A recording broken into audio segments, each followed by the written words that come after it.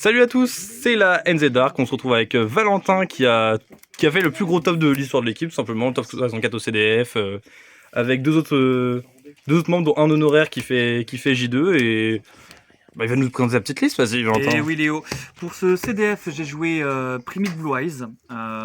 J'ai estimé que le deck était bon pour le CDF, surtout avec des tech cards qui sont, on va dire, pas du tout communs.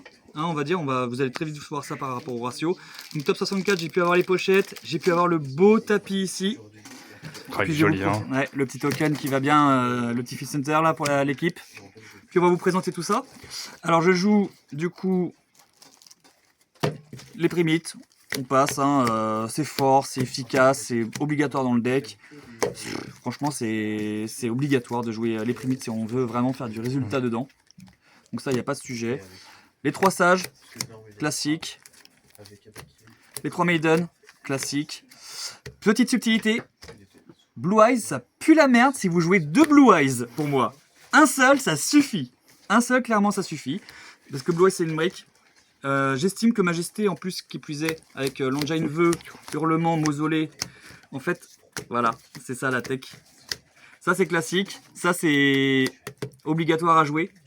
Les 3 vœux, c'est énorme. Hurlement, mausolée, on passe. Et Rivaux Destiné à la place de Majesté, c'est un banger.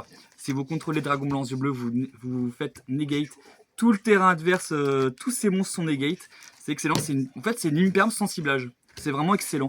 Et combiné avec Rayon de Forage, c'est juste excellent. Et c'est ça la petite subtilité. Des malices, j'en ai croisé.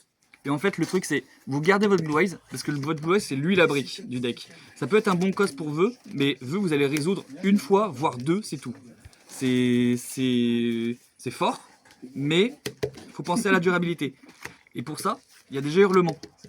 Il y a Hurlement, je le mets... Habituellement, je joue x2. Là, pour l'occasion, je l'ai joué x1. C'est vraiment excellent. Mais en fait, c'est surtout contre le match-up, contre un Bestial, contre un Malice. Et en fait, il va me bannir. Et beaucoup, en fait, le bannent pas parce que c'est... Parce qu'ils savent qu'il y en a un deuxième derrière. Ils savent très bien. Et en fait, moi, j'ai joué sur ça. J'ai joué sur ça, sur la connaissance des gens, de ce qu'ils ont d'habitude à jouer. Et en fait, le fait qu'ils voient que sur tout le long, tu en joues qu'un seul, ils comprennent pas. Puis, bah, j'ai brain tout le monde comme ça. Donc top 64, résultat final, je suis en 10-3 et j'ai perdu à l'entrée du top 64 contre le champion de France. Alors bon, il m'a expulsé du top 64, mais il m'a battu, j'ai été battu par le champion de France, donc je suis content aussi. Ensuite, je joue 19 staples, donc Druisurne et Magnamut, les 3 Fuvalos, main deck, avec les 3 H. 2 Ghostbell, excellent contre le match-up Mitsu et Malice et Crystron. La Mono Veiler. Et je joue Droll aussi parce qu'en fait, j'ai pas le luxe de vouloir jouer 6 Charmise. C'est broken, mais je suis plus Team 1 parce que elle, en fait, elle va me faire piocher les staples. Et je joue pas Nib parce que j'ai estimé que Nib, main deck, et même en fait en side, je l'ai pas mis parce que j'ai préféré mettre autre chose, vous allez voir. J'ai estimé que Nib était mauvaise contre Mitsurugi Grizel qui était le plus gros match-up que je voulais voir. Ça a été le cas. Et Malice, parce que Malice a une capacité de revive quand même importante.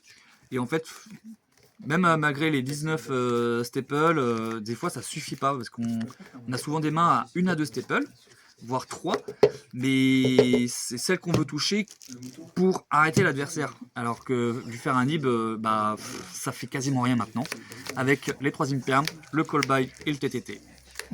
Donc j'ai préféré en fait rentrer plus du game breaker parce que je trouvais que et du contrôle, parce qu'en fait le fait de jouer TTT, call by, imperm plus filon, ça fait quand même 6 game breakers naturels dans le deck, en comptant du coup celle-ci qui est naturellement dans le deck avec les primites, et ça qui est obligatoire pour moi. Il y a tellement d'effets partout que tu peux forcer, tu fais imperm, il fait effet pour negate, tu fais TTT, tu prends le contrôle du détonateur, c'est marrant. Ensuite, l'extra deck, les 2 esprits classiques, un seal, le Néo-Dragon ultime, le tyran.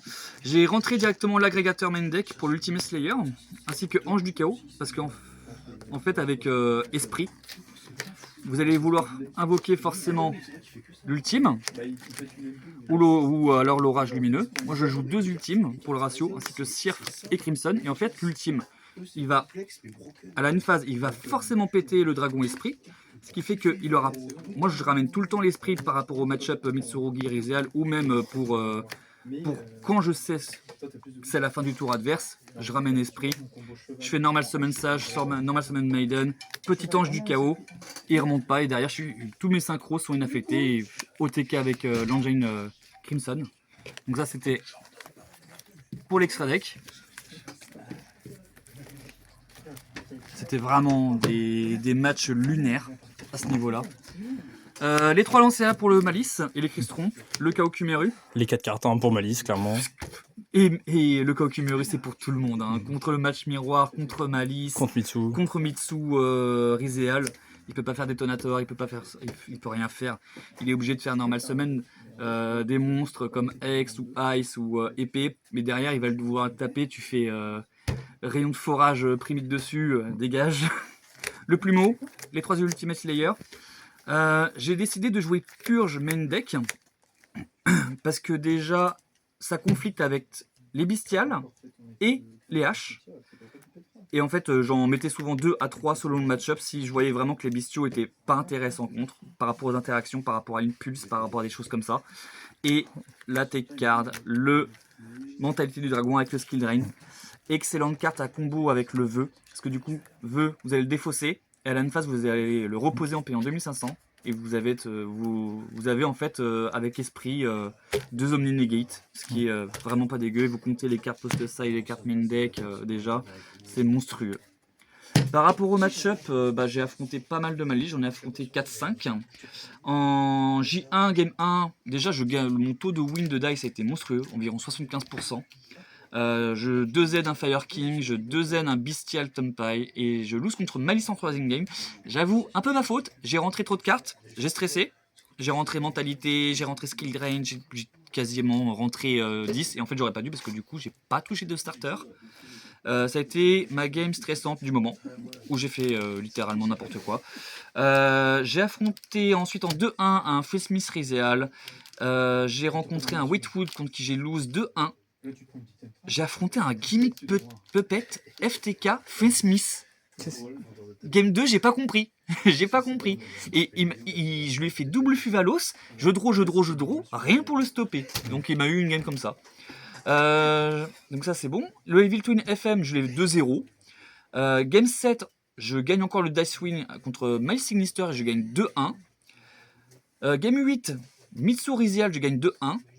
Et Game 9 pour la fin de journée, Game 1 contre Malice 2-0. Et le J2, du Malice, du Mermaid Atlantide, du Melodius et encore du Malice. Et je perds contre le dernier Malice qui est notre cher champion de France, Damien. Voilà. Bon bah en tout cas, NZ Dark, premier gros événement. Je suis content, on est 3 à être quand même dans le top 128. C'est que du progrès pour l'équipe. C'est le premier gros événement où vraiment on fait des résultats. On est vraiment content de ça. Donc on va continuer. Et tout pour l'Europe. Merci Valentin.